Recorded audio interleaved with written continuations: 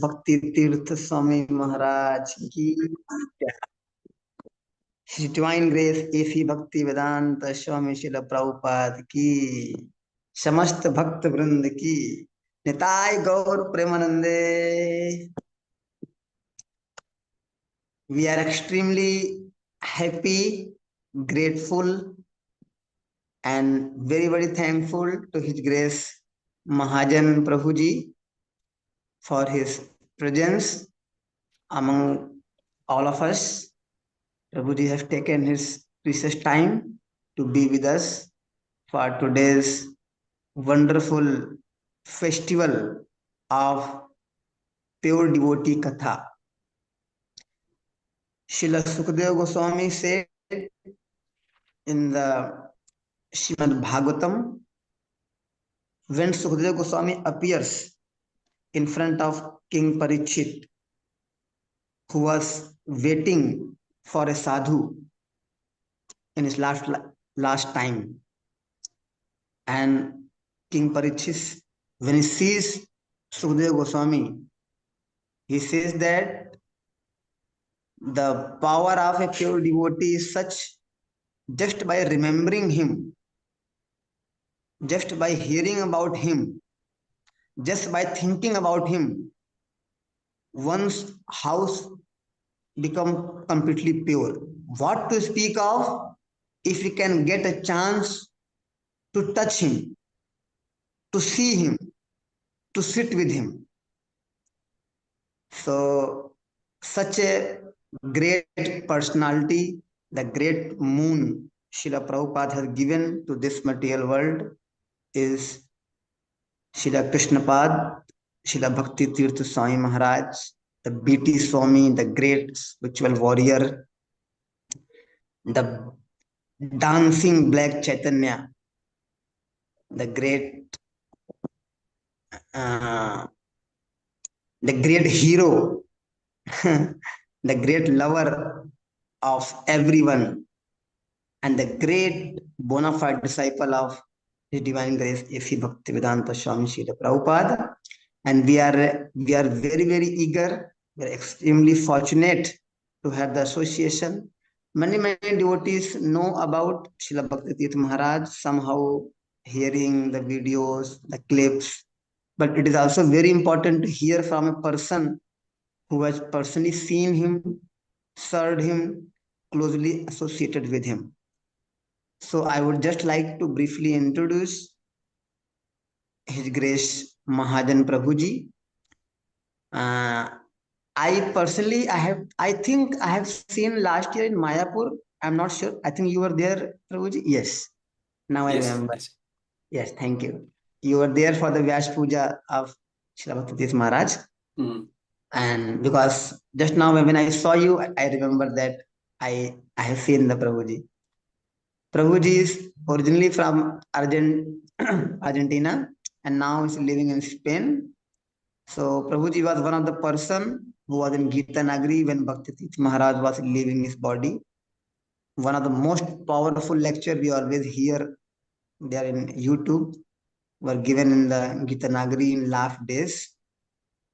And Prabhuji knows many things about his spiritual master, many pastimes, because he has served Srila Param Gurudev for many years. And he also has served His Holiness Gunagrahi Maharaj, who was one of the very close, intimate friend of Maharaj, Bhakti Tirtha Maharaj, who was playing djembe. If you hear that song, Jai Jai Radhe Jai Jai Shyam, Maharaj is playing the djembe, sitting just beside to Bhakti Tirtha Maharaj. And Mahajana Prabhu is multi-talented. He has also translated the very powerful books of Param Gurudev into Spanish, and he's offering many services. I am not so fortunate because I do not know much about Mahajana Prabhuji, but now onwards you don't need spare leave like that. Yeah, but I would like to build a good relationship, and I would like to know, because that is our food in Krishna consciousness. We want to know more about pure devotees. Once I heard from my spiritual master, His Holiness Bhakti Dhir Swami Maharaj, that Bhakti Tirtha Maharaj said, ISKCON means International Society for Guru Consciousness. So, so it is more important us to know about a pure devotee who can give us Krishna. So now we would like to start. We also thank our sister Sakshi Mataji, who was after us from so many days that you want to hear, and she's a great fan, great lover of Srila Bhakti Swami Maharaj. She's trying to follow very nicely. So we are so thankful to Mataji. We are very, very grateful. And now we would like to invite His Grace Mahajana Prabhuji, and we would like to hear with great eagerness about Srila Bhakti Swami Maharaj, each and everything. Jai. His Grace Mahajana Prabhu ki Jai. Srila Param Gurudev ki Jai. Jai Haribol. Hare Krishna. Okay. Hare Krishna to everyone. First of all, I just wanted to thank Radha Prabhu, Sakshi Mataji, also to encourage me to talk. Because one of the things that Gurudev told me once was, he asked me, you know, Mahajan, why you are here in my last days? And I said, no, Gurudev, why? He says, to know what's going on amongst all these four walls and go out to the world and explain to everyone what happened. So this is a great opportunity for me. And I have, you know, I always speak here and there, you know, to all the devotees, but, you know, I never had a recording like this one, you know, that with time, so I can speak as much as, well, I don't know if as much as I can, as I want, but I can speak a lot about Srila Bhakti Tirtha Swami. And so we can present in English language, even though my English is not very good, but in English language, we can present to the world what happened, you know, and those final days. I don't know where to start from, but I guess I will start from just saying, Om Agyanati Marandasya Gyana Jana Shalakaya Chakshurumiritam Jena Tasmai Shri Guruve Namaha. Namam Vishnu Padaya Krishna Prastaya Bhutale Srimati Bhakti Tirtha Swami Iti Namine Namaste Krishna Padaya Prabhupada Shri Tatmane Shri Gaura Karuna Shakti Bhakti Tirtha Iti Namine Namam Vishnu Padaya Krishna Prastaya Bhutale Srimati Bhakti Vedanta Swami Iti Namine.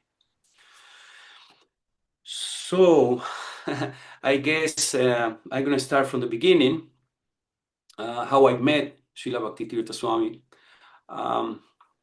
I joined the movement in 1995, and I wanted to be initiated by different gurus, and I didn't, for different reasons, I didn't have the opportunity, you know, like 3 or 4 of them, you know, some of them, they just left the movement, and some different reasons, but always just got, you know, like I couldn't have my guru, so Prabhupada was there. So I was doing so many Bhakta programs, you know, like 3, 4, 5 Bhakta programs, you know, I just was, and never initiated, but still I was doing my service. So at one point I told my Siksha Guru, because I was a servant, a secretary of His Holiness Gunagrahi Goswami. So I told at one point, okay, what is all this movement about? You know, because I wanted to get initiated, and the gurus just was a very tough time for ISKCON, the 90s. Some gurus have some problems. So Gunagrahi Maharaj told me, you don't worry, you will meet very soon, you will meet your guru. And I said, because that was the day one of my gurus left, you know. So I said, don't worry, you just pray sincerely, you want to meet your guru. So and then I was very sad, and so I went to chant my rounds and started chanting my rounds. I remember we were in San Diego, in California. Started chanting my rounds, and then all of a sudden I met one devotee, one of my god brothers, Janardana Prabhu, I think. Yeah, Janardana Prabhu. I saw a picture of Gurudev there, and he said, oh, who is this amazing, you know, looking personality? I said, oh, that's my guru. I have some books If you want, you can read them. And at that time, there were only 2 books, Leadership 1 and Spiritual Warrior 1. And I think the bigger one was there too. Anyway, he gave me his books, and I read them probably in 4 days, both books, boom, boom. And then I said, Prabhu, you have something else from him? I said, well, I have a tape. At those times were the tapes, I have a tape.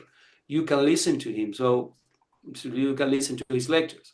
So they called me to cut vegetables on Sunday feast. So I was cutting vegetables on Sunday feast, and I was listening to a tape. And all of a sudden, he just, Bhakti Tirtha Swami, sometimes he just goes shouting and said, yeah, because you have to, blah, blah. So wow, and immediately I hear to him, I said, this is my guru. Definitely, I have to meet him just right away. So I went to Gunagratha Goswami, and I was a little afraid because 5 days before, my other guru just left the movement. And I don't know, I didn't want that Gunagratha Goswami think that I'm very cheap. I said, okay, one is leaving, and you immediately, you get another one. So I wait for 2 days, 3 days. And we take a plane with Gunagratha Goswami, and we were in a plane, and I said, Maharaj, I think I already know who is my guru now. And he said, all right, who is there? And who is? And I said, I was afraid because I didn't want him to think that, I'm a very cheap disciple. I said, Bhakti Tirtha Swami. And he hit my leg and said, yes, that's the one for you. So anyway, I said, okay, when are you going to see him? So, well, actually, now we are going to New York. We were going from San Diego to New York. We were in a plane. I said, in that Rath Yatra, you will find him. And I said, how I will know that it's him? I mean, we understand he's black. Okay, fine. That's one thing. That's a good thing, And so I can distinct him from other ones. But it's many thousands of black devotees in New York. I said, you go to each and every one of the cards in the Rath Yatra, and then you see in the card where it's more people there chanting and dancing and jumping around, you will see him right in the middle. He said, okay, fine. We went to the Rath Yatra. So I was very eager, it was thousands and thousands of devotees in the Fifth Avenue. New York Rath Yatra is big. So I was just going to Baladez card, and I think was, anyway, a big devotee, chanting there. I was just, no, this is not. So I go to Subhadra's card. I just run into Subhadra's card, and I see a few devotees jumping around. Yeah, oh, he may be there. Like probably 20, 50, or 100 devotees there. So I just, move all the people, and was not there. It was Brakeshwar Pandit, I think, was chanting. And then I run into Jagannath car. When I go to Jagannath car with thousands of devotees, I just was up and down, up and down, up and down, and like crazy, And I start to move all the devotees, at the side, I just wanted to get to the nucleus. I just want to go to the core heart of the whole thing, And I see him dancing. I see Bhakti Tirtha Swami dancing like anything. And the first things that occurred to me to do was asking for his glasses. I said, Maharaj, give me your glasses.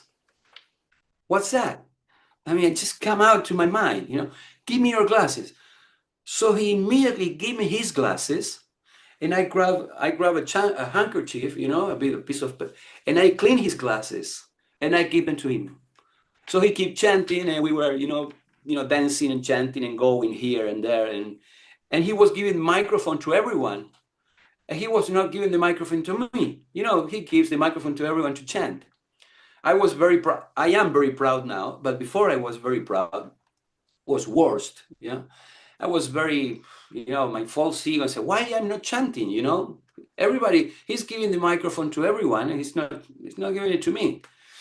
So I turned around, I looked at Lord Jagannath and said, Lord Jagannath, why you don't make him give me the microphone so I can chant? So he grabbed my shoulder, just turn me around and give me the mic. So I chant like, I don't know, maybe for 100 meters or so. And so I give the microphone. He said, no, you keep it. So I keep chanting anyway. So we chant. So we finished that yatra. That was on the, I think, Tompkins Square or some square there. And he was completely wet, completely, like if he was jumping in a swimming pool or something like that, completely. So usually what he used to do is immediately he gets to a place after the radiator, he goes to some apartment, he take a shower, he put clean and fresh clothes, and he come up to preach. So he did that.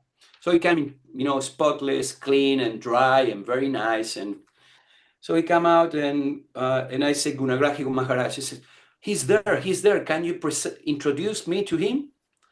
I said, yeah, okay. So Gunagrahi Maharaj comes and said, they're very good friends. So Haribol Maharaj, Haribol, so embrace each other. I said, oh, this is Bhakta Martin. And he has, in the last 15 days, he had read all your books and he listened many classes and he thinks that you are his guru. So he wanted to know you a little bit more. So he looked at me, looked at Gunaraji Maharaj and said, oh yeah, he's my dancing companion, And I was, okay, yeah, I was proud, okay.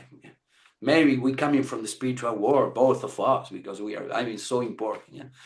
Anyway, so, and so I get next to him and he was signing books. It was a big, long line of people signing books. Of people with books to sign. So at one point I said, Maharaj, I said, can I talk to you? And I thought he gonna give me some personal darshan or something like that, because I was thinking, if I'm very important, So he would give me, okay, come on Thursday and we talk this, we talk for an hour or so. So in a very humble way, he said, oh, yeah, sure. Can we talk now? He said, and I said, oh, yeah, no problem. He said, okay, what do you want to say? And I said, Maharaj, I just want you to help me to,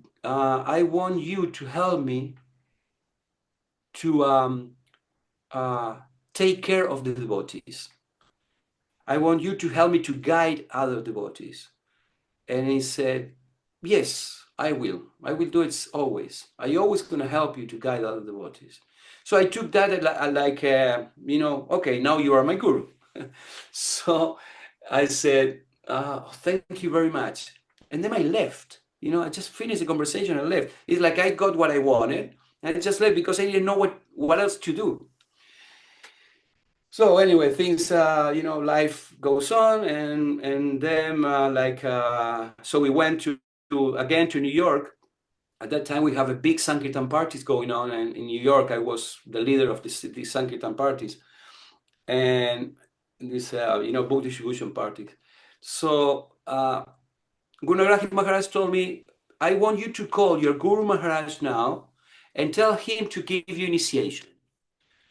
So I called my Guru Maharaj and I wrote to him and I said, well, I would like, I made 5 Bhakta programs already, and I think I'm ready for initiation, He said, oh, yes, Mahajana, no, I'm not Mahajana at that time, I was Martin. Oh, Bhakta Martin, yeah. But the thing is, I give initiation only on May, and that was June.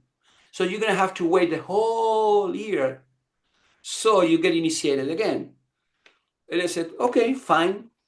So I called Gunagrahi Maharaj. Well, actually was living in the next room. I said, Maharaj, my Guru Maharaj said that I won't be initiated until the next year because he gives initiations only on May in Gitanagari. And Gunagrahi Maharaj said, no, he will initiate you before. You just have to pray a lot and just become a very, very good book distributor. And he will initiate it. So June, July, I think in August, I've been distributing books all over the United States in different concerts.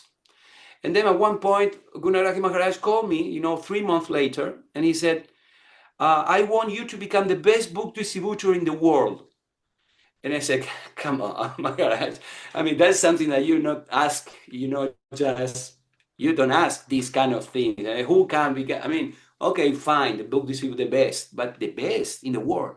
Yeah, I want you to be the number one in the whole scores. I said, well, that is, you do it.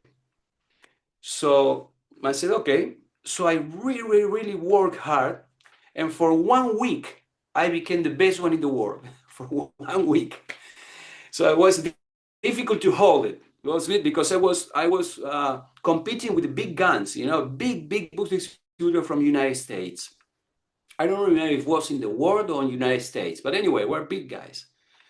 So when I became the first one, the first book distributor, he called me back and he said, now you call your Guru Maharaj and ask for initiation. So I called my Guru Maharaj and I said, Hare Krishna, Guru Maharaj, please accept my humble obeisances, so glory to Srila Prabhupada.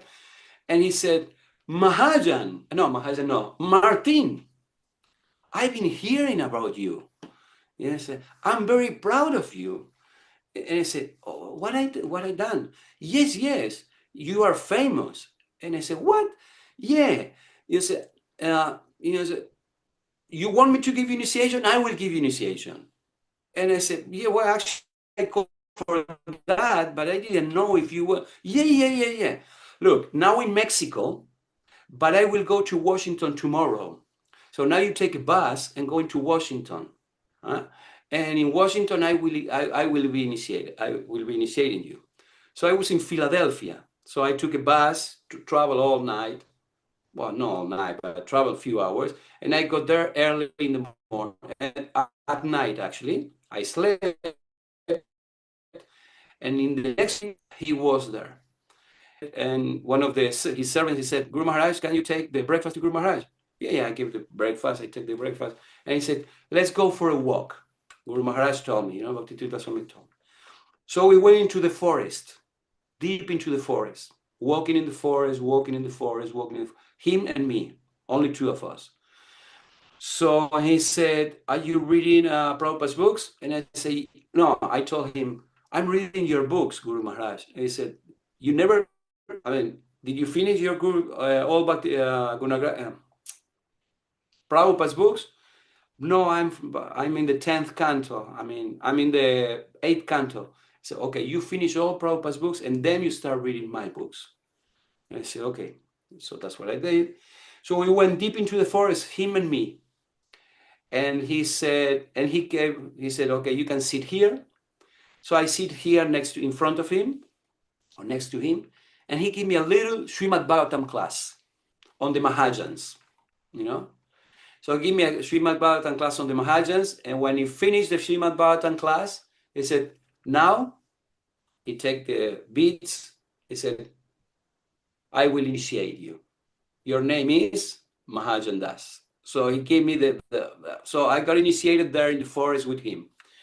So I paid my obeisance on the dirt. So when I woke up, I was full of dirt in my face. He just said, clean your face, like saying, clean your face, because I was full of dirt, Anyway, so that's how I got initiated. So at this time, I just want to do a parenthesis. I'm sorry that I'm that I have to speak about me so much, but this is the situation, it's him and me. That's what I'm speaking so much about me. That's not my intention. We are extremely happy. We are into the bliss. Yes. Okay. So I would like to glorify him, only him, but this is the relationship that I have with him. I don't know much about. I don't know how to glorify people anyway. So, so this is what I can do. Anyway, so after that, I got initiated and I asked him, okay, what do you want me to do? And he said, you are not going to serve me directly, never. I don't know if he said never, but you won't be initiated me, serving me. You have to serve me. In the way you are going to serve me is serve Gunagrahi Maharaj in such a way that he will never kick you out from his side. And I said, okay, that will be my service. That will be your service. you don't have to, you will have some association with me, but a regular association. And I said, okay, that's what I'm gonna do. So I've been for many years serving Gunagarahi Goswami, and I was I was looking, because I was traveling so much, I was seeing my Guru Maharaj so much, but only in a very with distance. Sometimes I did some little service for him, no much, siempre, always to distance. So after many years, when the time came for him to come to a close on his pastimes on this on earth, I remember I was preaching in I was living in Miami, in Florida. So I came to know about his cancer, and he was leaving. So I immediately called Brajalila Mataji. You all know Brajalila is one of his most important and senior disciples of Srila Bhakti Tirtha Swami. Yes. I immediately called Brajalila, and I told her, Brajalila, I just want to be by his side until the end. Until the end. I just want to be his personal secretary, his personal servant. It doesn't matter. I don't sleep. I don't need to eat. I don't care. I just want to be right there.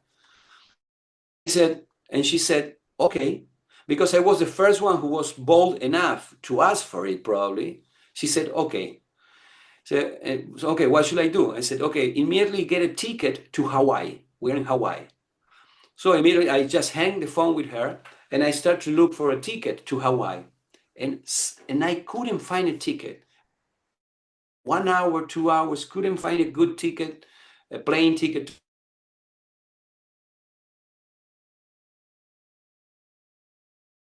When I was back and said, Mahajana, don't go to Hawaii, because Gurudev will be going to, we have to cut his leg, we have to cut his leg, amputate his leg. And he will be going to Mexico. So just try to find a very nice house on the beach in Mexico so he can rest, after the amputation. So I said, okay, fine. So I tried to get a ticket to Mexico. Finally, I got a ticket to Mexico. I bought it.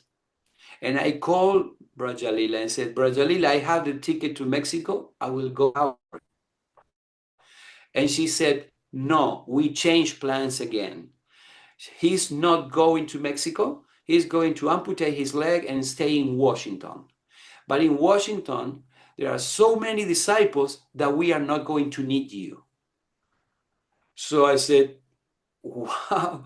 And anyway, whatever Krishna wants. So I went to Mexico. I distribute books in Mexico. And then I decided to go to India.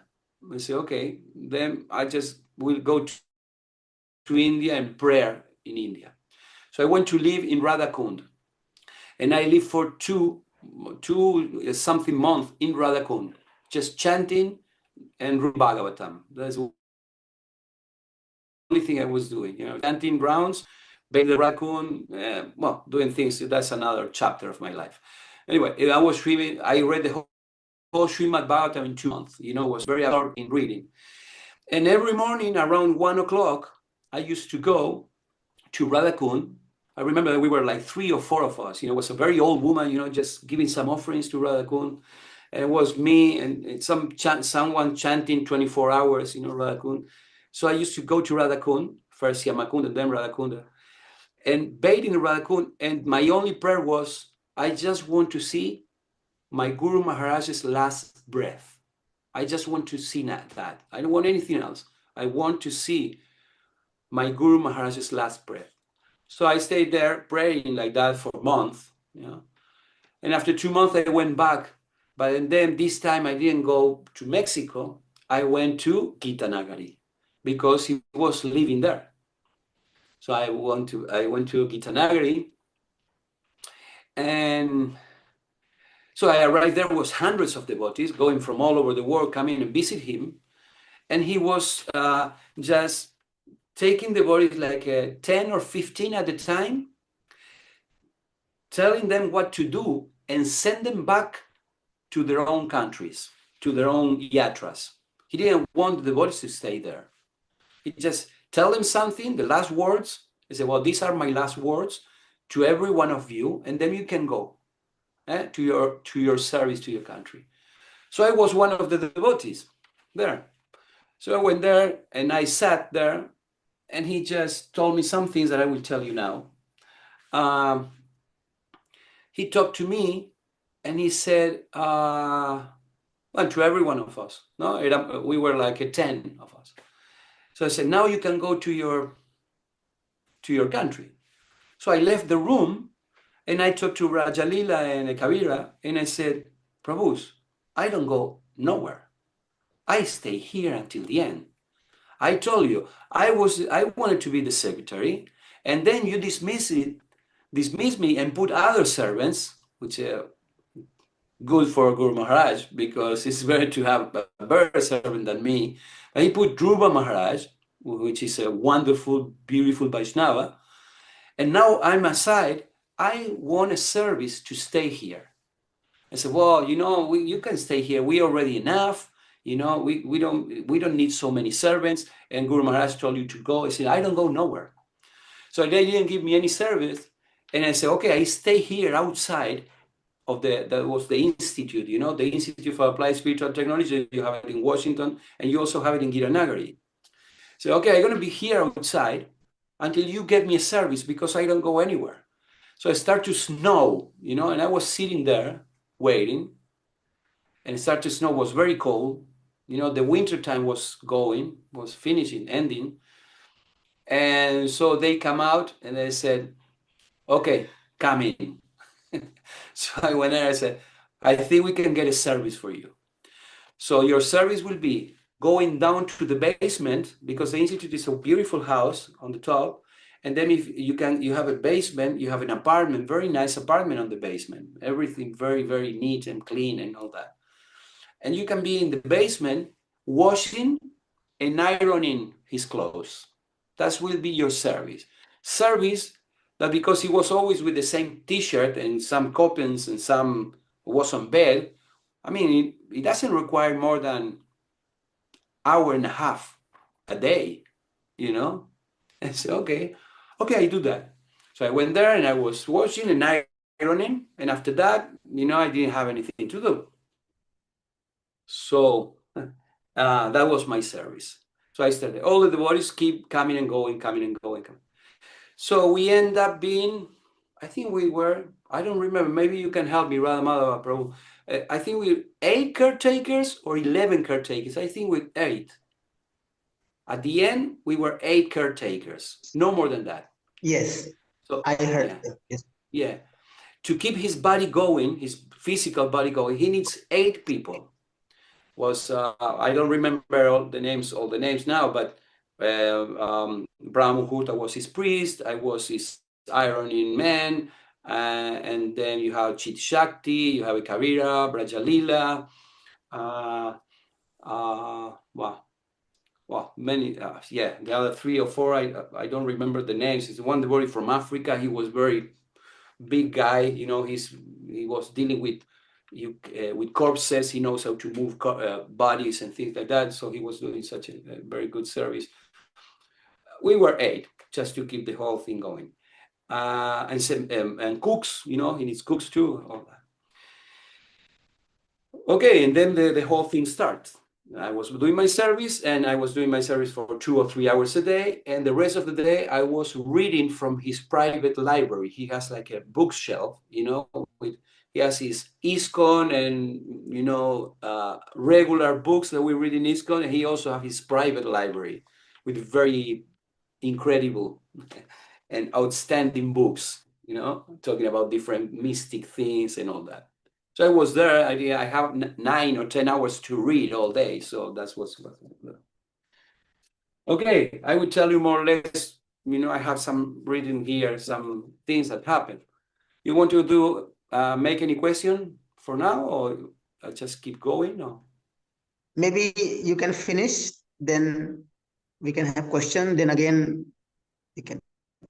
Okay. Okay.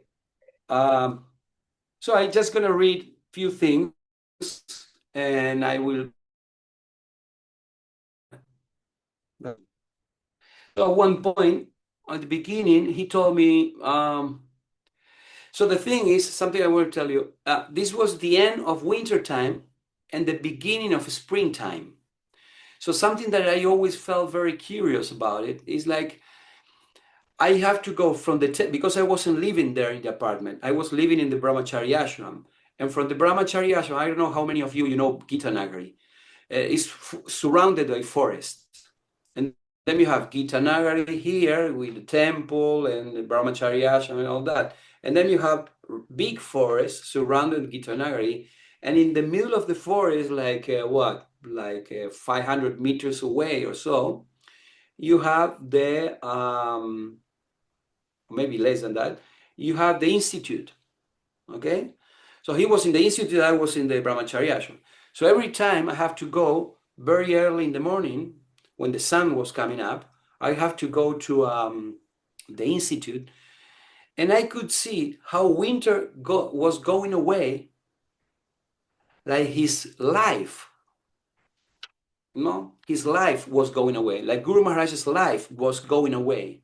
So in one sense, experiencing death was like some kind of like a cold, like winter, and dark thing in our psyche. This is how we think, cold and dark thing. So I have that in my psyche. This is death. But at the same time, springtime came. So you can see how the beautiful flowers come from the forest. And the trees, I don't know if you know Pennsylvania, but Pennsylvania is known by the beautiful colors of the trees. You can have trees in 5 or 6 or 7 different colors: green, blue, yellow, red, beautiful. So in one sense, wintertime was there, and in another sense, springtime came there. So this is exactly what was going on. He was leaving his physical body, but he was awakening. I mean, not awakening, I won't venture to say that, but he was going into a full springtime of Krishna consciousness. So I could realize that because the first days, was very cold. So I was there, it was dark, and I was sad and all that. But then all of a sudden, flowers came all the time, flowers and beautiful trees and all that. So every time I arrived to the institute, was like a feast for me, like a big, festival. Anyway, so one of those days I arrived, and he never noticed that I was there because I was in the basement. So he never saw me. He used to see the cooks or his personal servants, but no Mahajana. Mahajana was there, So anyway, going back for the day that he gave me this speech and he told me to go. He said, so Mahajan, this was the time that he said, okay, now you can go and go to your service. So Mahajan, you're still in the battlefield, he told me. I'm proud of how you have been doing all these years. You have a very strong Siksha connection.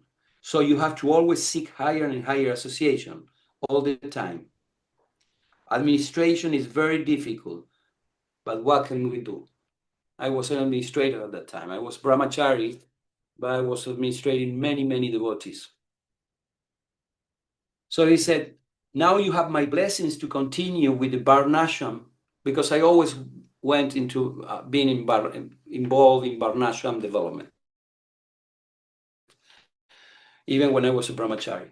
You have blessings to continue with Varnashram and brahmachari project, because I have many brahmacharis that I was guiding. Associate with many sannyasis. Be humble and keep always engaged. Administration is not good for sannyasis. Anyway, so we went there, and then one day I was thinking, I was a little sad when I was walking through the forest, going to the institute, because I felt like I was alone. I felt lonely. You know, I felt lonely. Oh, now my Guru Maharaj is going. I'm a brahmachari. I was never that type of brahmachari that I have many friends, because I was a leader. If you're a leader, you don't have so many friends. You have to guide people. So you know what I mean. So I was feeling lonely and all that.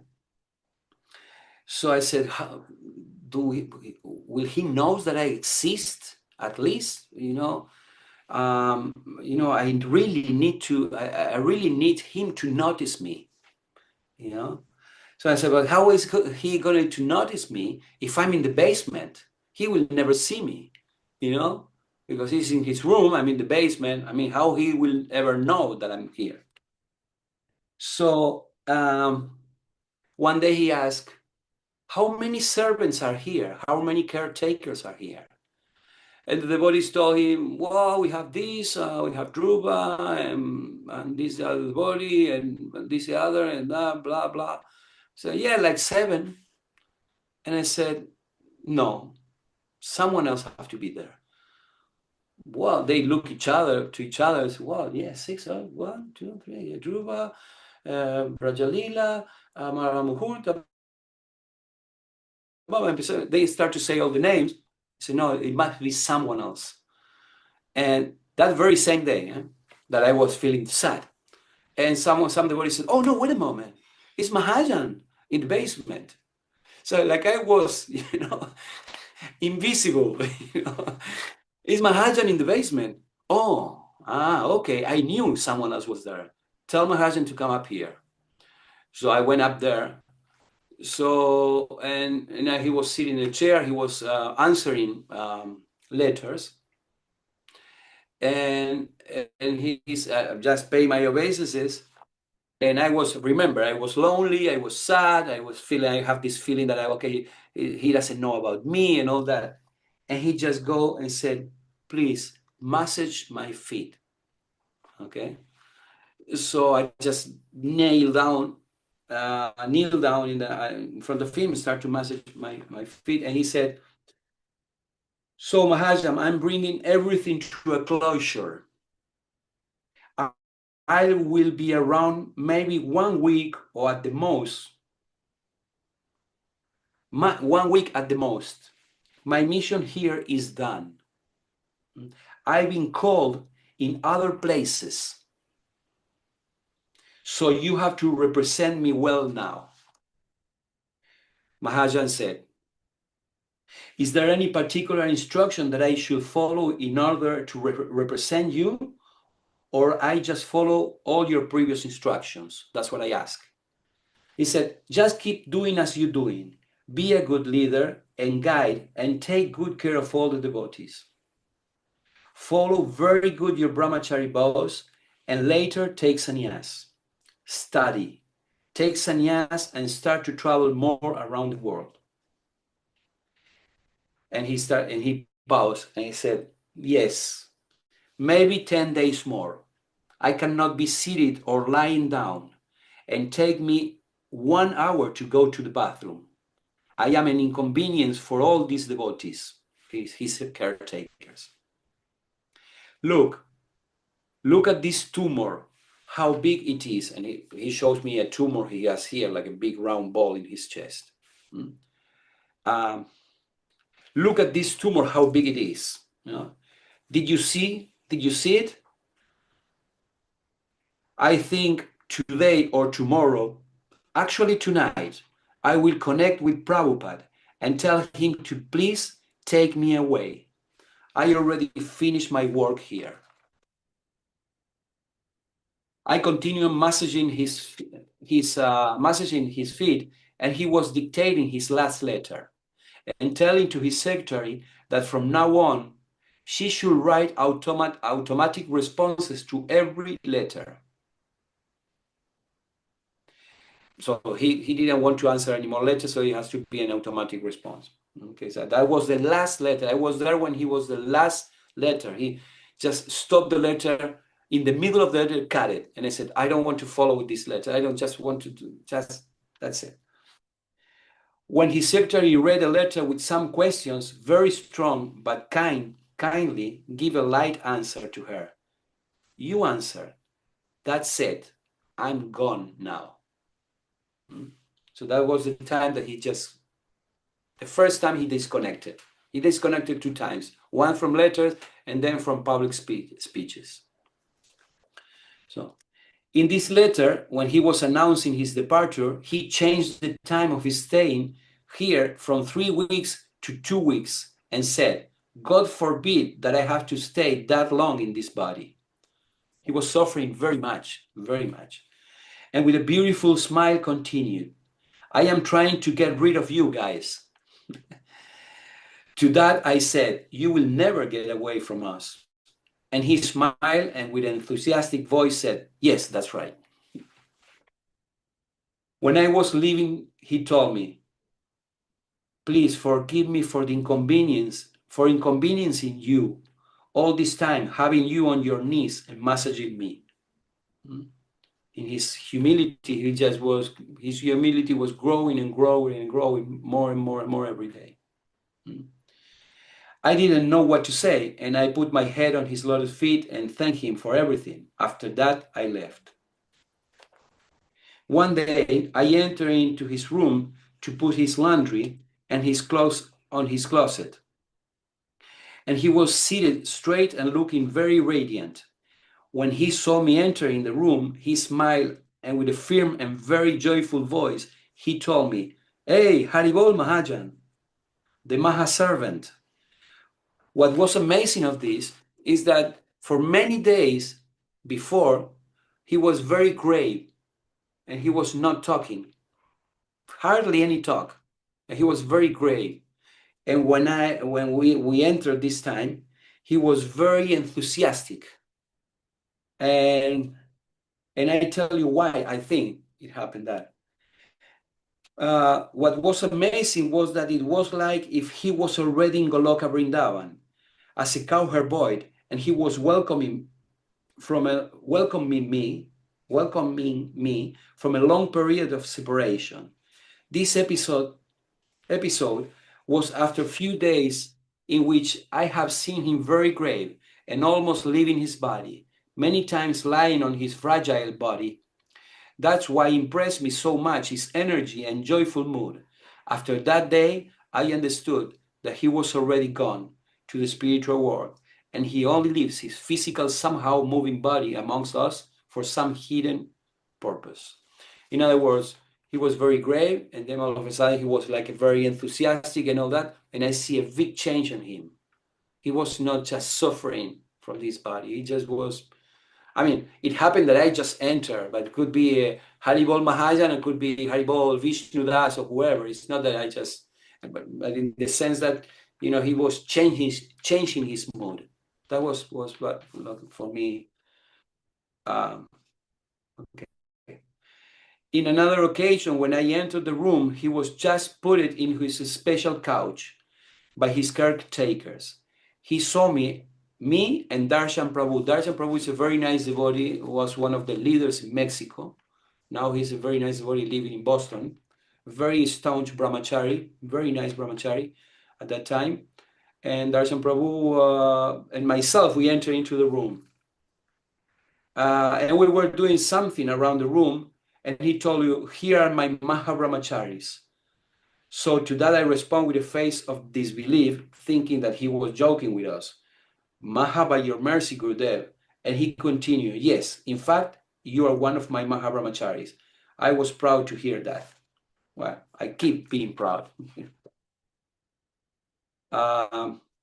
One day I was massaging his body, and he said to me, it is like a dream to be so close to this. He said to me, it is like a dream to be so close to the spiritual master, but it is good so you can tell the others about what you got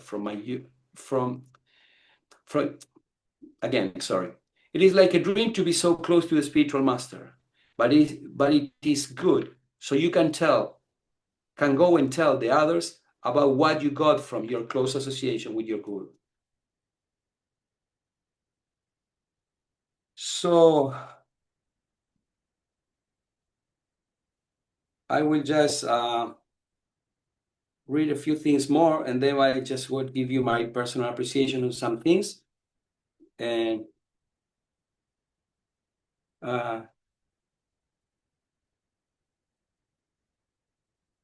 This is in Spanish, so I have to translate. Y luego en la habitación la ayuda a acostarse también. No debe...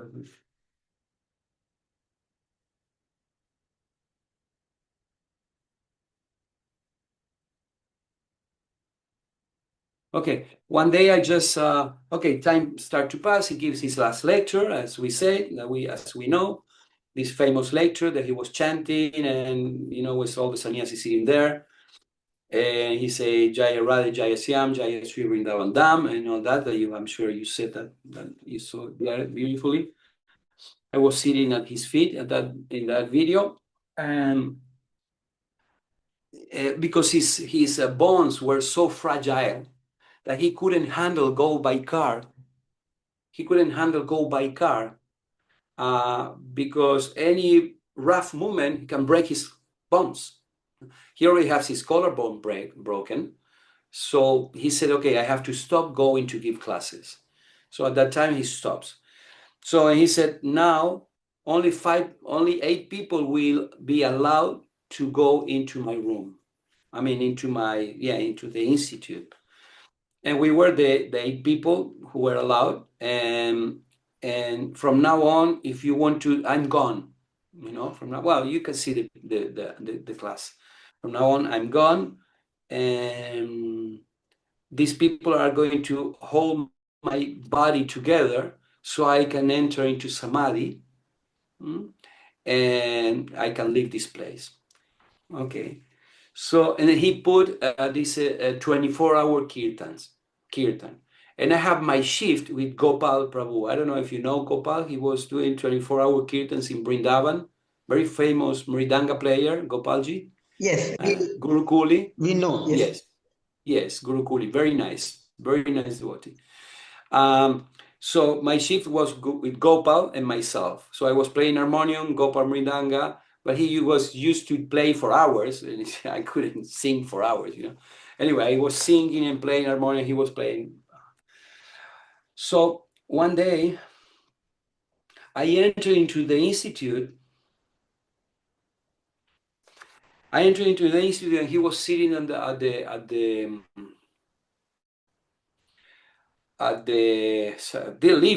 living room, you know, in the main living in the institute. And he was sitting there with Dhruva, Acarya, and Brahma Muhurta. Immediately, I sat a few meters from him. And that was another day that I felt like, okay, I would like to have more association, my close association with him. And he was sitting there. He was sitting there chanting very softly, you know, Hare Krishna, Hare Krishna, Krishna Krishna.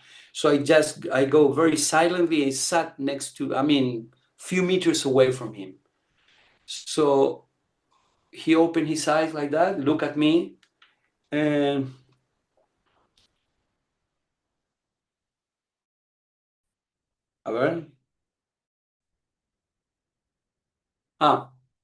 he was by himself. He was with, Dhruva, Kavira, and Brahma Muhurta was there. And I was feeling like I wanted to be more personal. I want to be more close to him. So he opened his eyes. While I was thinking that, he opened his eyes, looked at me, and said, please, can you come massage me, my back? So I start to massage his back. So a few minutes later, some of the devotees told him, okay, Guru Maharaj, now you have to go back to your room. And say, okay, so I just stepped back because I didn't know what to do. Usually I was not in the close association with him. So Brahma Kavira took him from his tights. He took him from his tights because remember, he has only one leg. Okay, so he couldn't move so easily. So Kavira took him from his tight. Brahma Muhurta brought his wheelchair. And he got ready to grab him from underneath of his shoulder, and Dhruva was about to grab him to put him on the chair, and he looked at Dhruva and said, "You move away. You are not strong enough. You South Africans don't win wars. Like saying you are very weak. I mean, he was joking, of course. No? He said, let the Argentinian guy, you know, grab me and put me on the chair. You know, he is strong.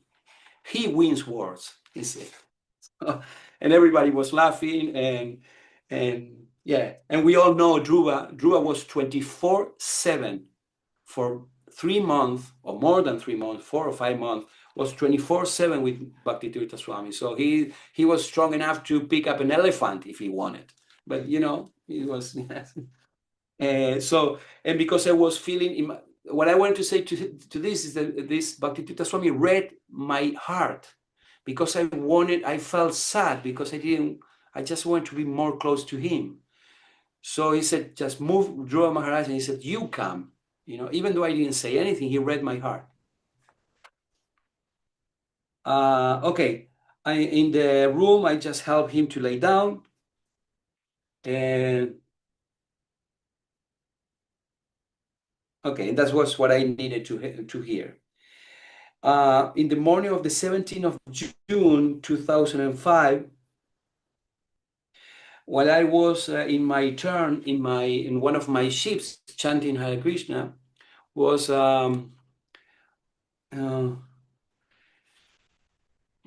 his caretakers took him to the living. I was in the living room, you know, in the main room, chanting Hare Krishna by myself, because Gopal didn't come at that time. And so he was with his closed eyes, you know, he bring the wheelchair and put him like a few meters from me, looking into the big windows. I don't know if you know, but it's a big, huge window in the institute in Gitanagari, and the windows see into a beautiful landscapes with beautiful mountains and all that. So they put him in front of the window, and I was chanting very softly Hare Krishna with the harmonium. So I stayed with him for 5 or 6 seconds, you know, for me it was like eternity. And he opened his eye, looked at me, closed the aside, and he said, how are you doing, Mahajana? And I was chanting, and I was nervous, so I said, I'm doing nice. My English, I just put all my English backwards and all that. I'm doing nice. Okay, so I said, good. So, and then he put his hand like that. He was looking at the landscape. He put his hand like that and just made like if a plane was taking off, and he was making the noise with his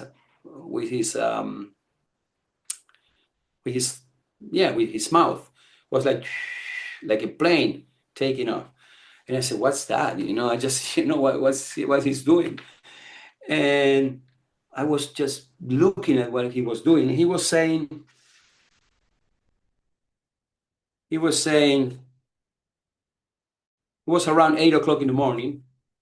The Mahamantra was very beautiful, you know, floating on the air, you know, and the sun was coming through the window. Everything was so spiritual. And I was just chanting, and he was just doing this. I don't know what was it.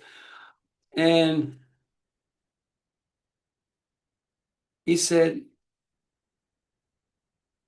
Dhruva came in, and Kabira went back to the basement, and Dhruva came in, and then Gopal came crawling, you know, because he knew he was late. So he came crawling, you know, just to grab the mridanga. So we were Dhruva, myself, and Gopal, we were chanting very softly, and he was doing that. And he said, Gurudeva, those days he used to see, he focused his sight on your eyes, you know, focus his sight on your eyes very intensely.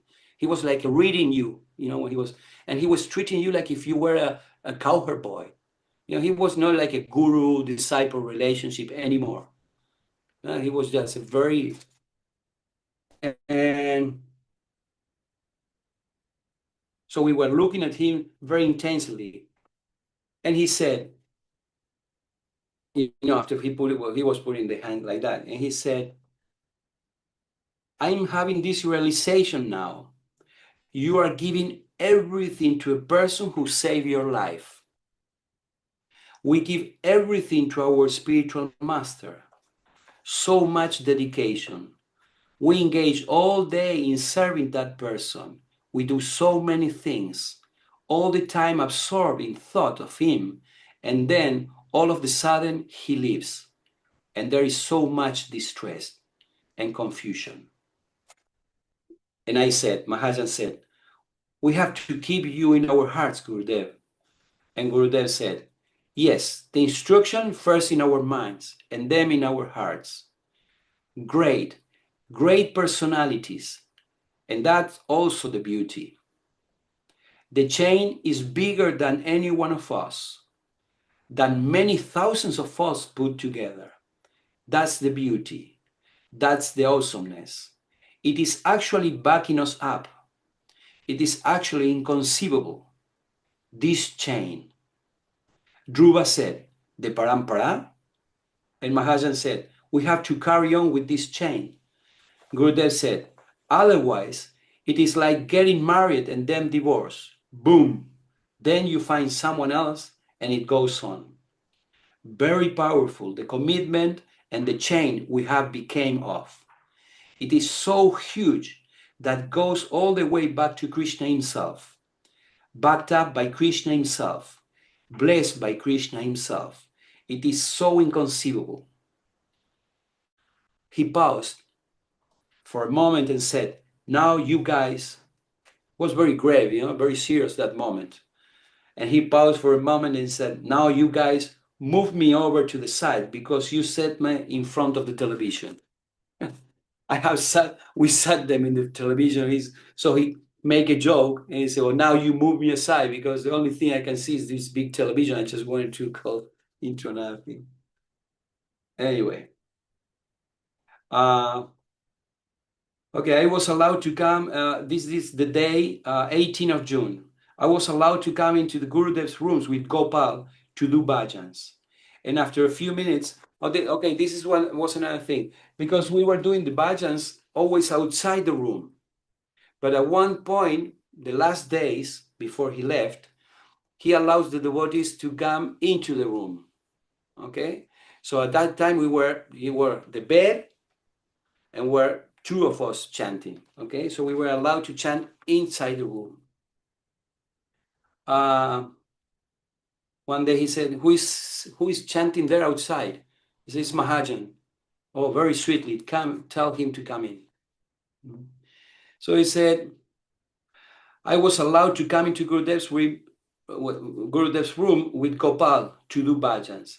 And after a few minutes, I saw Gurudev trying to fan himself with his handkerchief to get some air.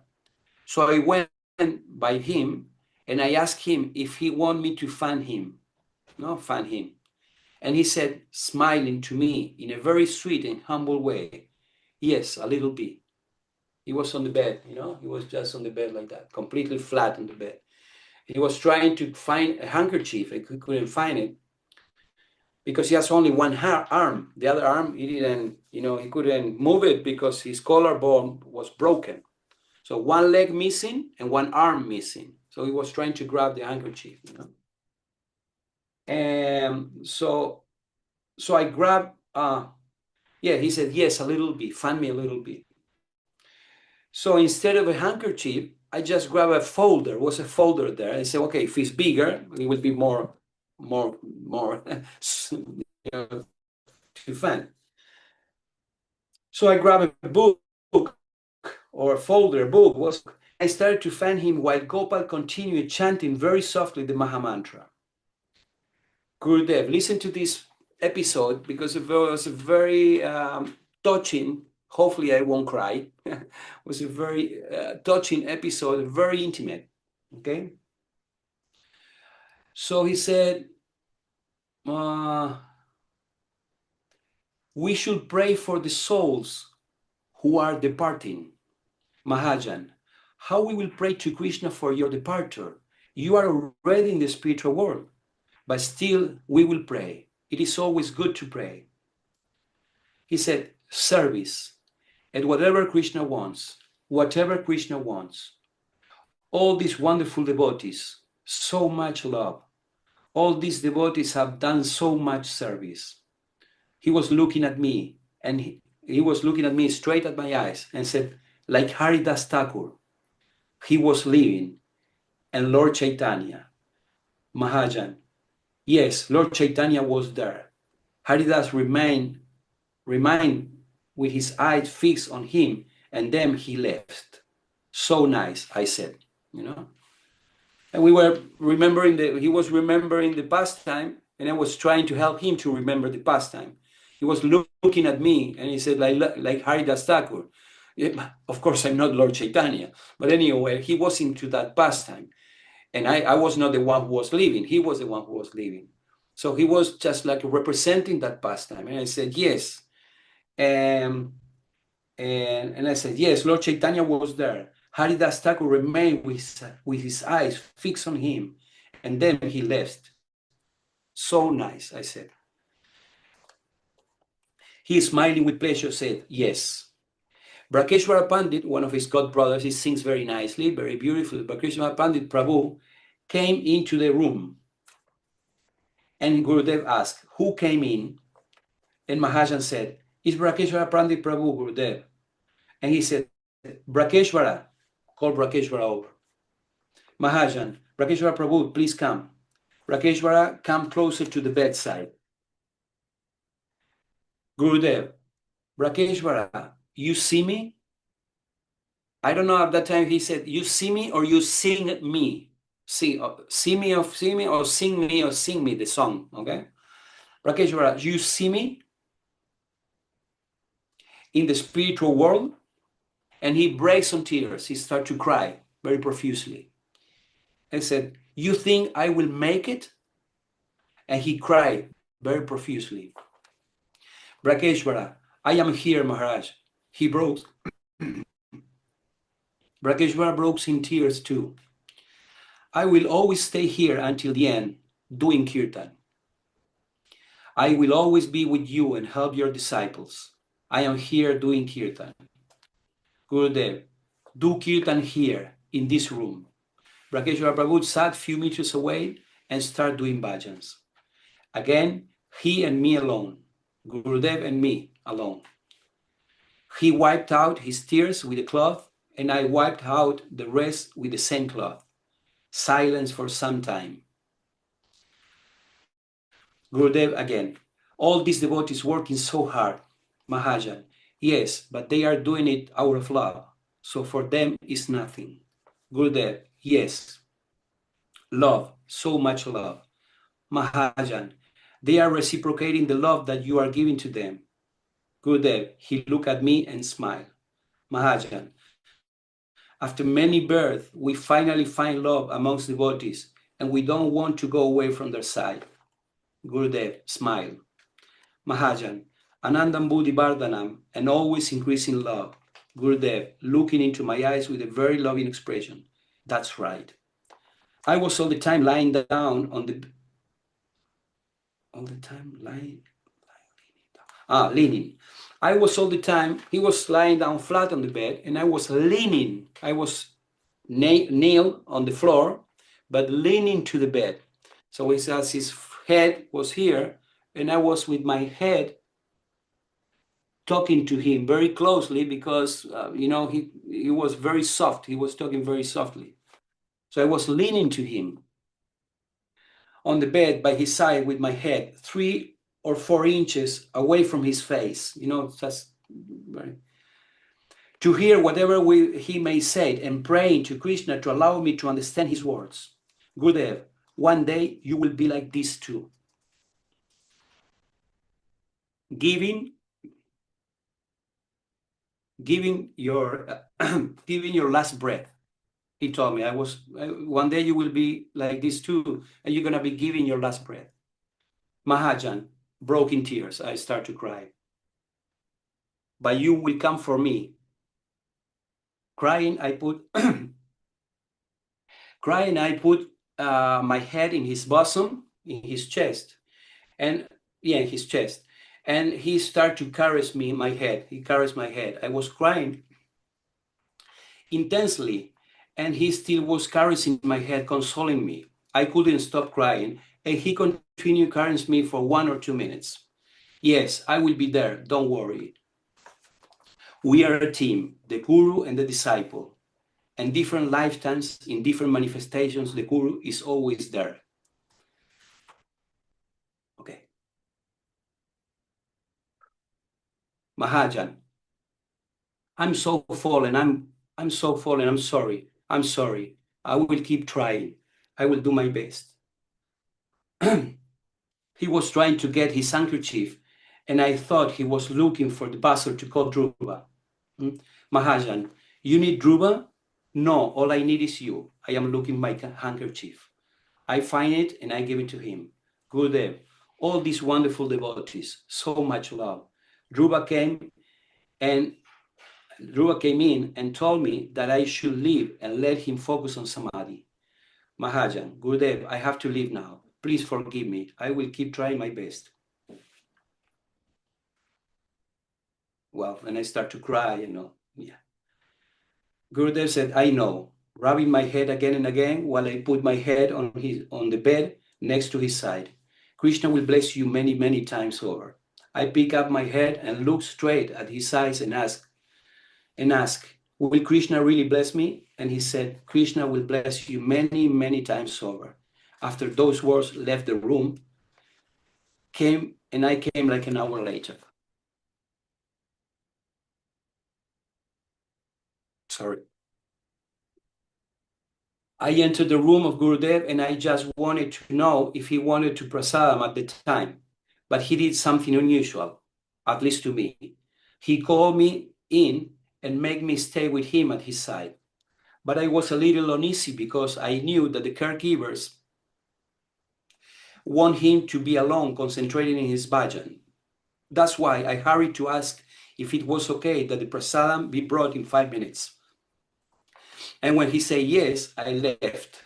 Acarya told me that when I left, Gurudev said to me, Mahajana is very loyal devotee. He's doing so many wonderful services, and he offers them to his guru, services that he don't even like, and he never has so much association with his guru.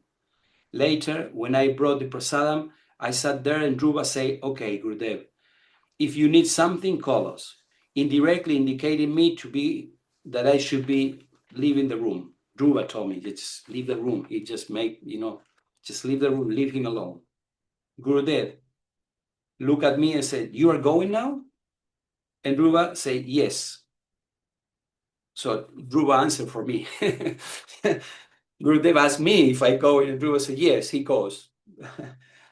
So I paid my obeisances and I prepared to leave the room. But Gurudev said, you Mahajan can stay if you want. You want to stay? I said, yes. And I sat like a child at his feet to watch a video.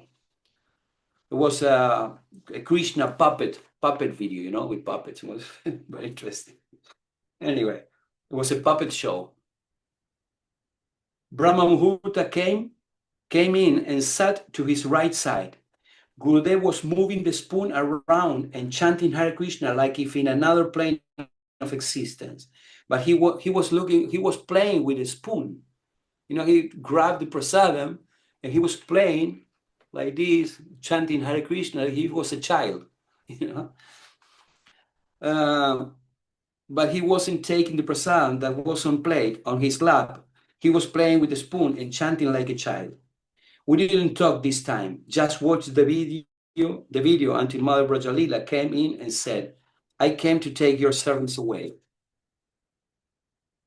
He said, oh, they were doing wonderful service. We didn't do anything. We were just sitting there, but he was saying that we were doing a wonderful service. Even though we both were seated there watching a video and doing nothing, we pay our obeisances. Okay, so from now on, I just want to take, I don't know how much time we have, but I don't want to take much time because, I don't know. But I would like to say few things, few particular and very interesting and very intimate pastimes that we have, but just out of my memory, those things because they were dialogues, I have to read them. This is very intimate pastimes. Many times he was so very much in pain, very, very much in pain. At one point, we have to just turn him over, because we have to take care of the wounds, that has in his, when you are for so long on bed, you have so many wounds, so many, I don't know how you call it, blisters or something, I don't know. Anyway, so they have to move him. And in order to move him, someone have to hold him from the other side. So they put me in front and they said, okay, you hold it so he doesn't roll over the bed, So when they were taking care of his wounds, he just fall on me, and he kind of embraced me and put his face on my face, and he was crying like anything, the pain, the intense pain, So you can imagine, you see your guru, crying of pain, how much is what happened in your heart, Anyway, so they were curing him.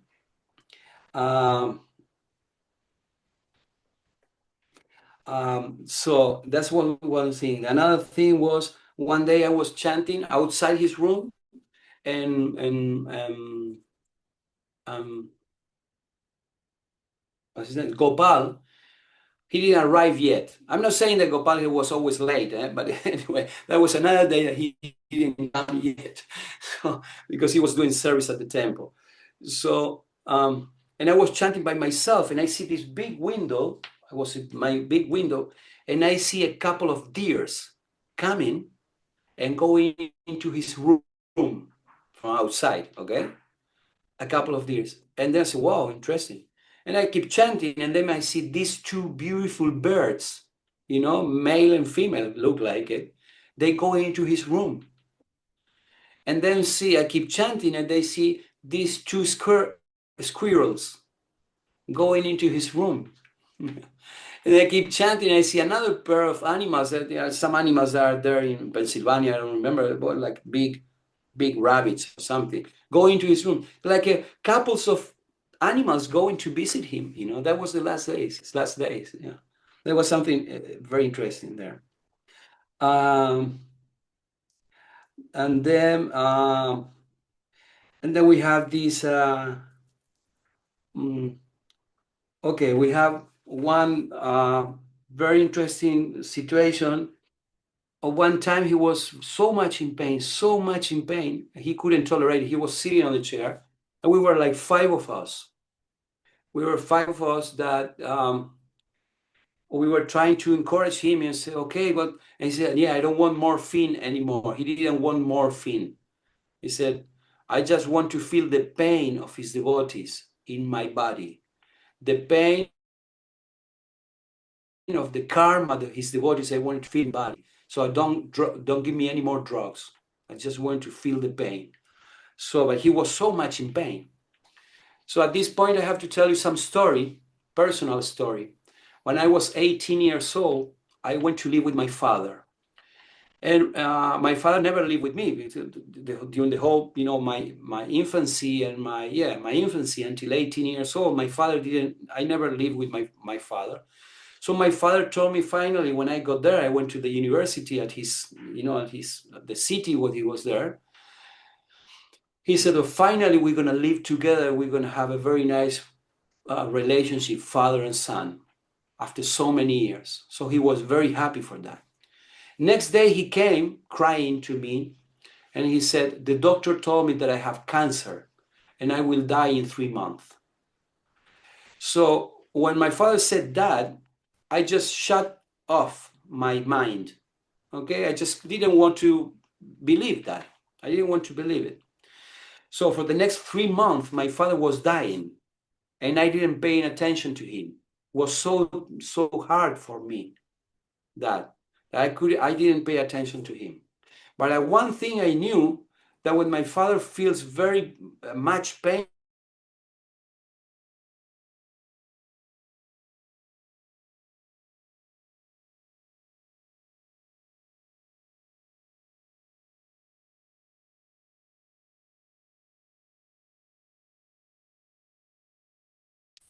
So everybody was saying many things, and he said, well, if you don't want drugs, Maharaj, the doctor said, the doctor was also there.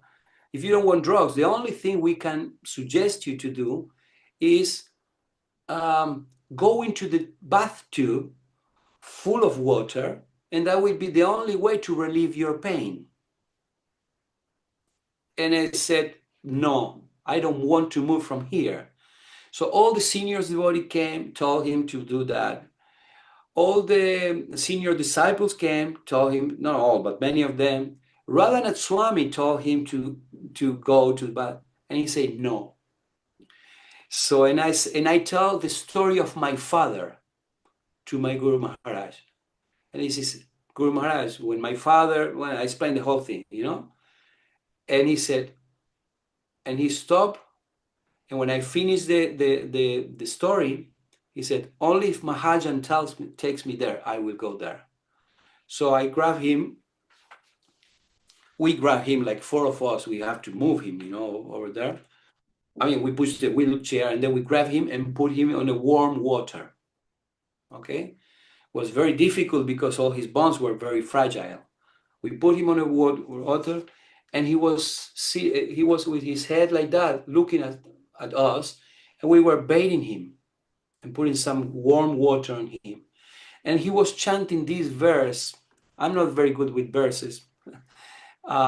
He was chanting this verse that Madhavendra Puri was chanting. Ishvara Puri was chanting to Madhavendra Puri when he was leaving his body.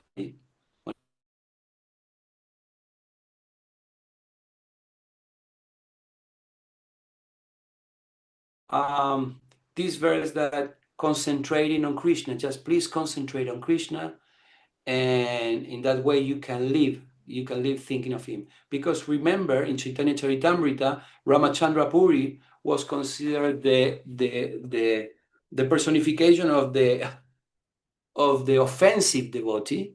When Madhavendra Puri told him, I'm living and I cannot meditate on the Lord. And Ramachandra Puri said, why you don't meditate on the Brahman? So that was considered very, very offensive.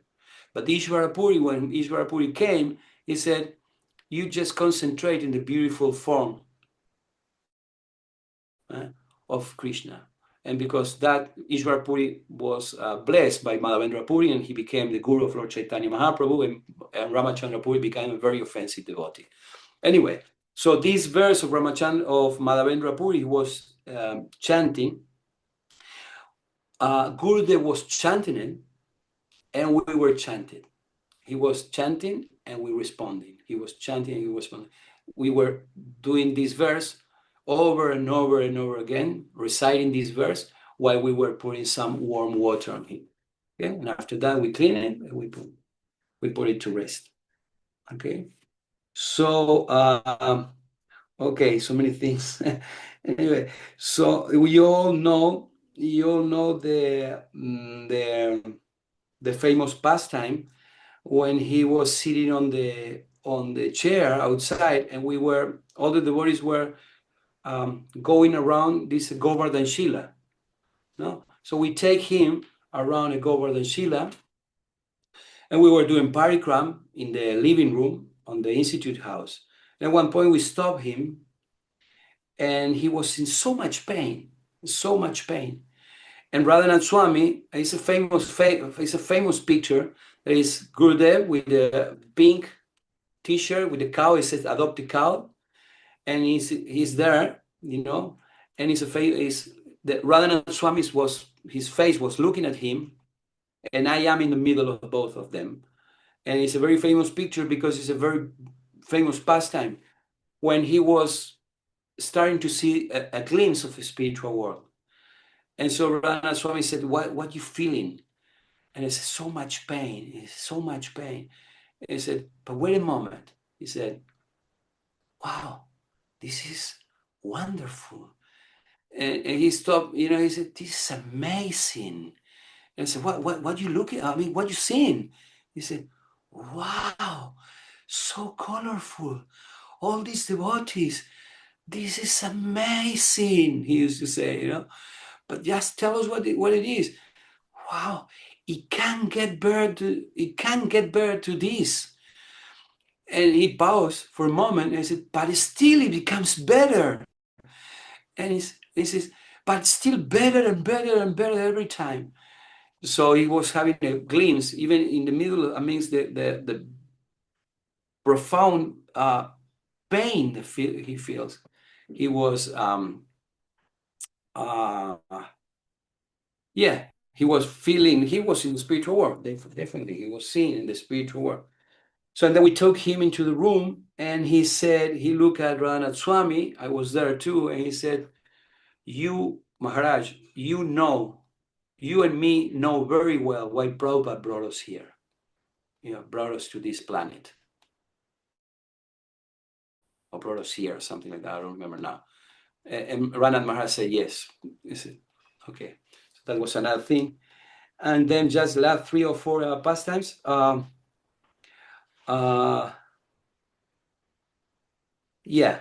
So the last days, okay, that was the last day.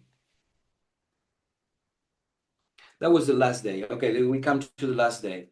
The last day, many devotees were outside chanting, but none all of them can go inside. But still, now we were not 8, we were like 25 inside his room, So in the middle of the night, well, first I'm gonna have to say this one. I don't want to forget this one. One day I was chanting by myself. I like to be myself, sometimes, and chanting for him, So I was chanting outside, and in the middle of the night, probably 1 o'clock in the morning or 2 o'clock in the morning, was another very nice disciple of him, Advaita Acharya Prabhu, come out and said, Gurudev is leaving now. So go run and bring Radhanath Swami. So I just ran, through the forest. I went to knock Radhanath Swami's door. He was living in a van or something, motorhome or something. So I said, Maharaj, my Guru Maharaj is leaving now. So you have to come, please. So we ran at Swami. We ran through the forest. We went there. So I remember we were like 5 people. I think it was Brahmamurta, Acarya, Advaita Acharya Prabhu, Radhanath Swami. I think it was Brajalila Mataji. What's his name? I forgot his name. Anyway, very nice devotee, big guy, full of tattoos. And anyway, if one day listen to this video, please, I remember you very lovingly, but I forgot your name. I remember the name of your son, Satbuj. But anyway, so, and we were there like 5 or 6 of us, and was the thing was the room was very dark. The room was very dark, and the only illumination was the only light was the light coming from the little altar he has. So he was in front of the altar there like this, and all of a sudden he said, yeah, they came for me. They came for me. This is the time to go. I think it's the time to go. And Radhanath Swami was saying, yes, Maharaj, go, don't look back. Go to them. And he said, yes, I'm going. And he was moving, and he actually couldn't move because he has a broken collar. He has one leg missing, but he was moving like he was a regular, normal person. And he became, I saw it. I think this was my impression. He became very illuminated, and he started to rise from the bed, from the chair, and I said, how in the world he's going to rise from the chair? And he was like his soul wanted to go, but he was pushing the body to. And he said, yes, Maharaj, go. And everybody was saying, cheering him up. Yes, that's the time. Don't look back. Go for it. Go. And then he sat back and said, no. He was very sad. Said, they told me that I should be waiting. I should be waiting a little bit more. It's not my time yet. So that was another time. So then, okay, two more. One day he was saying, he was in bed like 2 days before, I think. And he said, oh, this room is full of witches, full of witches and ghosts. And I just look around and say, well, he's perceiving that. I don't see anything. I see some devotees sitting there, chanting Hare Krishna. I didn't see anything. So I said, okay. I took it because if he see them, okay, they must be there. So I lay down next to him, not in his bed, but I lay down on the floor next to him to sleep. Okay. And then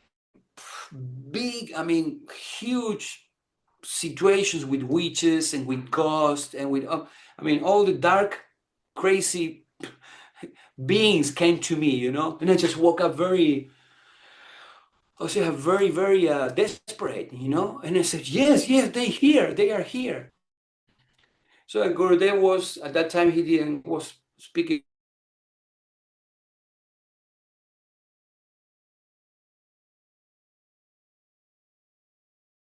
looking to, to this, I guess, to the spiritual world, but he didn't move. So then I grabbed one oil, from the, Jayapataka Maharaj always have this oil with Nrsimha oil, So I tried to open the oil. I was very nervous because it was really attacked me. They really attacked me, I was very nervous. It's full of witches, full of ghosts. I have to protect my Guru Maharaj. So I wanted to open the I don't know if the jar or just the lid just spill off. Everything was everywhere full of oil, the wall, Guru Maharaj's, face, my face, well, everything was full of oil. So I said, well, what I have done. So I went to Brajalila and said, Mataji, and I said, Brajalila, please don't get angry at me, but I wanted to put some oil in Guru Maharaj's, but exploded. And now Guru Maharaj's is full of oil. And Brajalila just very calm, because she's a very calm person. I said, well, maybe that's the quantity of oil that it was needed to get rid of the witches. So anyway, I said, she just said, just take the kurta off, get the kurta off and put him some t-shirt, and that's it, and just forget it. Probably if you go today to Giranagari, the oil must be somewhere, So I grab a scissor and I start to cut his kurta, because you cannot move him so much. I try to cut his kurta, and I say, okay, I'm going to keep this kurta for the rest of my life. And some devotee, I won't say the name, some devotee came and stole it from my hand, stole the kurta from my hand. And I look at him in a very envious way, I say, why are you taking the kurta? I'm the one who's in this, is in those, in all this pastime. Anyway, that was my problem. I'm sure he has his kurta in some samadhi altar or something. Anyway, so, and then we never put any kurta again. And from that day on, he was, like one more day, he was leaving his body. So this is the last day, I will tell you. The last day, okay. So at night, we was like 25 people or 20 people in his room, and everybody was sleeping on the floor. So I went to his room and I sat in one table he has, and I was, just chanting my rounds softly. It was like 1 o'clock in the morning, 2 o'clock, and was Brahma Muhurta reading something to him. His face was here. He was not speaking anymore. His eyes, they become, because when you live in your body, your eyes start to become white. Okay, they said that when you finish, when it's completely white, they just leave in their body. So his eyes were almost completely white. He was just the last moments. So, and I told Brahma Muhurta, look at me, and he said, you want to come and read? And I said, yeah, sure. So he left, and was like 20 devotees, I don't know if it's 20, but at least 10 devotees in the room sleeping on the floor. Everybody was sleeping, or at least meditating. I don't know. I see everybody was with closed eyes, lying on the floor, some with pillows, some with, they sleeping. And I grabbed the book, and I remember was a book of Kavi Karnapura, you know, what's it? Krishna, no, Krishna what's the Anik name of the book? Kaumudi. Krishna? Krishna Anik Kaumudi. Is it that book? No, Krishna. no, no, it's the Krishna book, but in a poetic way from Karnika. It's the Krishna book. It's our Krishna book, but in a very poetic, the Krishna's passing in a very poetic way. Oh, now it's gone the name. Krishna. Well, anyway, I was reading a passage of the gopis, and I started to become so absorbed. So now I'm speaking a little bit better English, but at that time, that was 20 years ago, my English was not good at all. But when I was speaking the pastime, my English became almost perfect. Perfect. I was speaking so nicely, you know. I could sense that the English, because I was not speaking with my tongue. I said, this is a very personal and private thing. I don't want to mean to be a sahajiya and nothing. This is what I experienced. I wanted to transfer to you what I experienced, okay? I may be in Maya or whatever, I don't know. I'm telling you. What I experienced, that my Guru Maharaj opens the spiritual world for me to see. I was there. I was there in the pastime. I was dictating, I mean, talking about that pastime, that if I was there. And not only that, I start to make voices, like if I was a gopi. Oh, really? Oh, no. I start to act out the whole thing, you know. I was so much into that pastime, and my English was so nice. And then all of a sudden, I don't know for how long I read. We could be 20 minutes, 10 minutes, or 1 hour and a half. I don't know. I stop and I just close the book. I leave it there and I start to walk, you know, between all the bodies, where all the bodies, you know, on the floor. And one devotee looked at me, and he looked at me and he said, amazing. Amazing. So I left, and anyway, things happened. And 5 years later, or 2 years later, or 3 years later, I saw this devotee in Mayapur, and I said, Prabhu, you remember last night, you know, the last night of Gurudev when he was leaving his body, that I was reading? I said, why you look at me and said amazing? What was the amazing? The pastor was very nice. I said, but why you said amazing? And he looked at me and said, your English was perfect. So he senses the same thing as I sense. Okay. Anyway, that was the last night, and okay, final day. We have like 120 devotees outside his room. We have like 10, 20 devotees in his room, and I was in charge of not letting devotees in. Okay, I was the one who was in charge of traffic. Who comes in and who goes out? And I said to Krishna, you see, Krishna, I went Radhakund to you, with you. I mean, I went Radhakund to pray to you, to pray to Radharani, to allow me to see his last breath. And now you're put me outside the room, you know, just doing this service, which is fine because I'm doing service for the devotees. But you know, I won't see the last breath of my Guru Maharaj. Why'd you do that to me? I'm supposed to be praying for you. I mean, praying every day in Radhakund. You are not doing this for your devotees. Anyway, someone came and I said, Prabhuji, you know, Radhanath Swami has to take this medicine. Can you give it to Radhanath Maharaj? And I said, yeah, sure. It was my service. So I grabbed the bottle and I went there. It was a bottle of something, some juice that he has to drink or something. And Radhanath Swami was holding Gurudev's hands, you know. And I said, Maharaj, excuse me, you need to take this medicine. And he didn't want to take in front of Gurudev. So he stand up and he went to one corner of the room with me. I went with him. He drank, you know, the whole thing. And when he put the drink down, we both look at Gurudev. We both look at Bhakti Tirtha Swami. And Bhakti Tirtha Swami went and left his body. So Krishna Radharani makes the arrangement that somehow or other I saw his last breath. So even when you think that, Krishna is not listening to you, Radharani is not listening to you, he never forgets his devotees.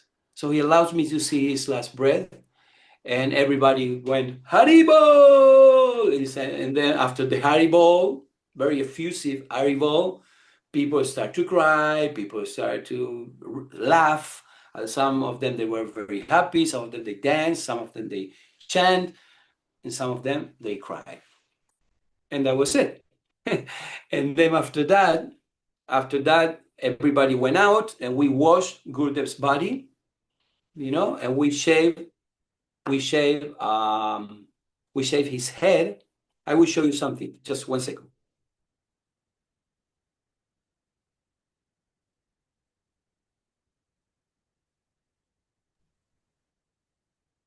We shave his head, and I have it here. His head is here. Yeah. This is the hair of Srila Bhakti Tirtha. Okay. So we shave his head, and then everybody went out of the room, and only at the room it remains Radhana Maharaj and myself. So was Gurudev flat? I mean, already washed. Everything was washed. We put some lungi, and he was flat on the bed. And I think Radhanath Swami was the one who painted the sannyas mantra on his chest. Okay. And Radhana Maharaj was sitting there chanting Hare Krishna, and I was there just taking care of, wherever was needed to take care. So 3 of us, for maybe 20 minutes, we've been together, and that was a very intense time. And last thing is, when Gurudev left, a few minutes later, someone came running to the door and said, the forest is on fire.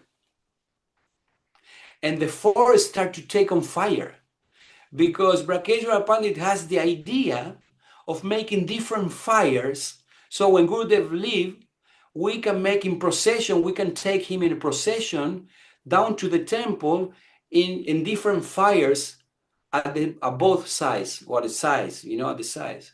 But he makes fires on the forest. And one of the fires went off and started to take up in the trees. And that was the same moment that Gurudev left his body. So anyway, we took care of the fire, and then we started to prepare Gurudev, and we take him there. And this is more or less what I have to say. Sorry that it took so long, but this is very good, because so many devotees around the world can hear everything that happened there. Thank you very much for this opportunity. And anyway, if you have any question. Jai. His Holiness Bhakti Tirtha Swami Maharaj ki jai. Jai. First of all, we are unlimitedly grateful to you for this 1.5 hour or so. We were not actually in our place. We were also with you in the Gita Nagari. It was like we were transported and we could feel that you are empowered by your spiritual master to speak about him. And in Srimad Bhagavatam, we see that the Guru disciple relationship is very, very intimate, very, very sweet, and not everybody is qualified to speak. That is given. So we are very blessed, and as you told in the beginning, that Param Gurudev told you that that's your service. What happened in these 4 walls in last few days, you have to broadcast to the whole world. So maybe somehow Bhakti Tirtha Maharaj inspired Sakshi Mataji to have this session, and so that we can hear the glories of Srila Bhakti Tirtha Swami Maharaj. We are very, very grateful, very, very thankful to you, Prabhuji. And we would like to continue it, because we don't want to, we want to hear everything, and also the devotees' questions, the devotees' expectation more from what they want to know more. from your interaction with the Bhakti Tirtha Maharaj, your austerities, your eagerness, your love, your greed, and many more things. Because we will not be able to go back there, but we can see Srila Bhakti Tirtha Maharaj so much with your eyes, with your heart. So, because now many devotees will have some more engagement, I feel that next Saturday, if you are available, again we can meet, because Saturday and Sunday devotees in India, many of them have off from their job, and we don't have classes of Srila Gurudev on these 2 days, and this time is very good, free time. So maybe again we can come for 2 hours, 2:30 to 4:30, and we can hear. Maybe you can, if you have forgotten something or missed out, you can again bring it back, and we can hear more. And also devotees can note down whatever they want to ask, clarify, know more. Because as Krishna is unlimited, the Krishna of devotees pastimes are also unlimited. So it's about Prabhupada, that these 7 volumes of Srila Prabhupada, the Lilamrit, is just a small glimpse. What Srila Prabhupada had done, it is unlimited like ocean.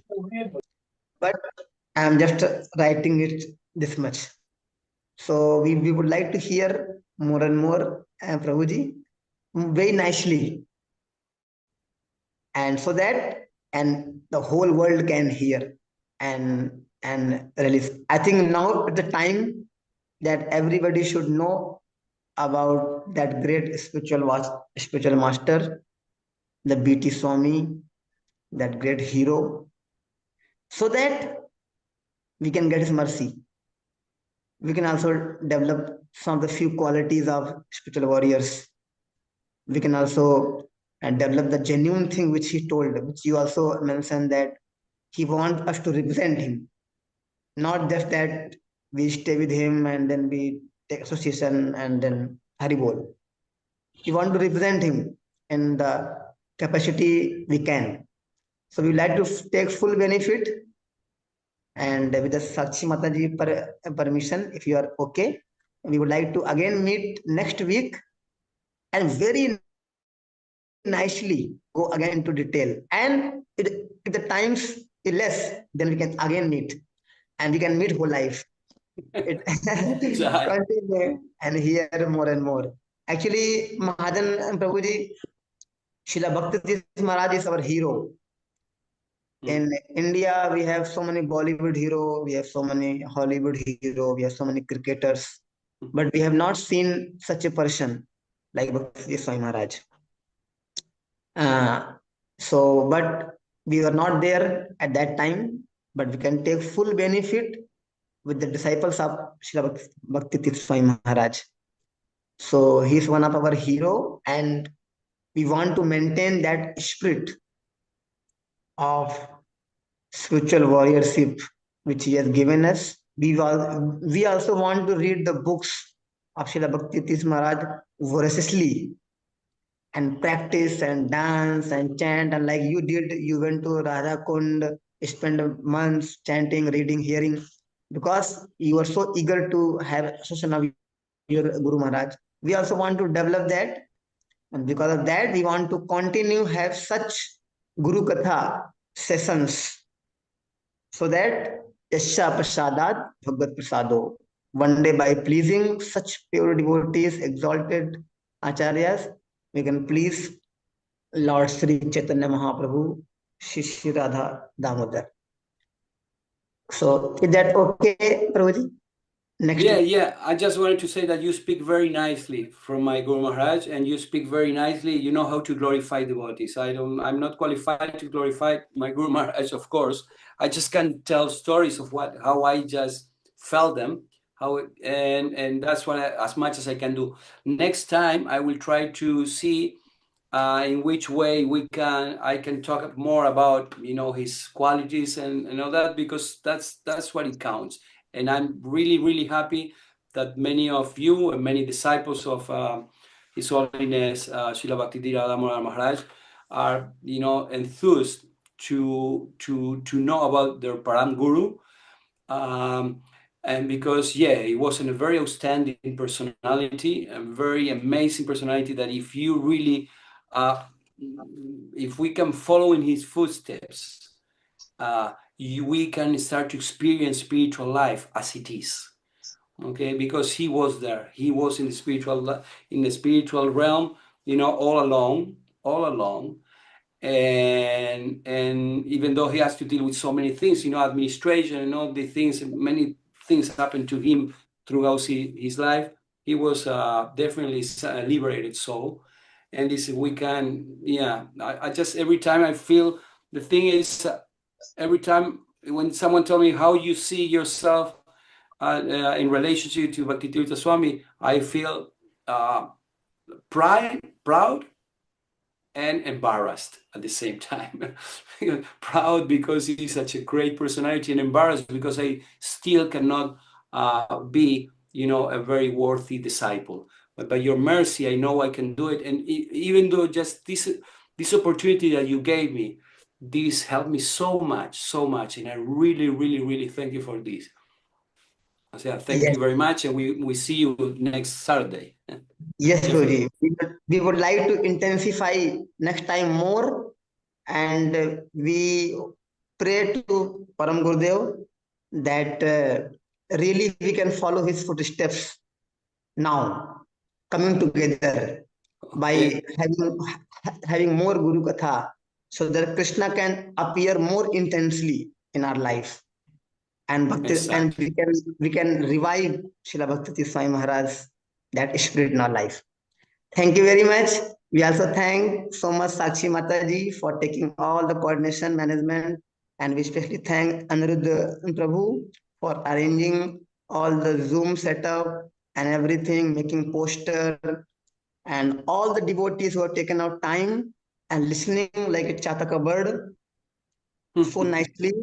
So we thank, and we hope all devotees can again come next Saturday to go and actually associate with Srila Bhakti Swami Maharaj. Not just it here, because a bona fide, a good disciple, he have the potency to manifest spiritual master. So we would like to hear from Mahajana Prabhuji, and we would like to associate with Srila Bhakti Tirtha Maharaj, and finally able to practice in its footsteps. The great spiritual warrior Srila Bhakti Tirtha Swami Maharaj ki jai. Jai. His Divine Grace, A.C. Bhaktivedanta Swami Srila Prabhupada, ISKCON founder Acharya, BBT founder Acharya, savior of the whole world ki jai. Jai. Nitai Gaur Premanande. Hari Hari Hari Bo. See Hare you Krishna. next Saturday with the shining faces. Hare Krishna. Hari Bo. Hare Krishna. Hare Krishna. Hare Krishna. Thank you so much, Swami. Hare Krishna.